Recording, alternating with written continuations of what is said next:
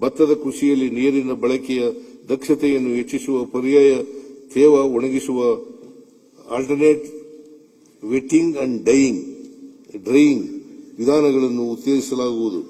ರೈತರಿಗೆ ಉತ್ತಮ ಗುಣಮಟ್ಟದ ಕೃಷಿ ಪರಿಕರಗಳನ್ನು ಕೈಗೆಟುಕುವ ದರದಲ್ಲಿ ಲಭ್ಯವಾಗಿಸುವುದರ ಜೊತೆಗೆ ಮಾರುಕಟ್ಟೆಯ ಅನಿಶ್ಚಿತತೆಯನ್ನು ನಿವಾರಿಸುವ ಸದುದ್ದೇಶದಿಂದ ಬಿತ್ತನೆ ಬೀಜಗಳು, ಕೀಟನಾಶಕಗಳು, ರಸಗೊಬ್ಬರಗಳು ಹಾಗೂ ಕೃಷಿ ಯಂತ್ರೋಪಕರಣಗಳು ಒಂದೇ ಸೂರಿನಡಿ ದೊರಕಿಸಲು ಪ್ರಾಯೋಗಿಕವಾಗಿ ಕೋಲಾರ ಜಿಲ್ಲೆಯ ಪ್ರತಿಯೊಂದು ತಾಲೂಕಿನಲ್ಲಿ ಎಂಎಸ್ಐಎಲ್ ವತಿಯಿಂದ ರೈತ ಮಾಲ್ಗಳನ್ನು ಸ್ಥಾಪಿಸಲಾಗುವುದು.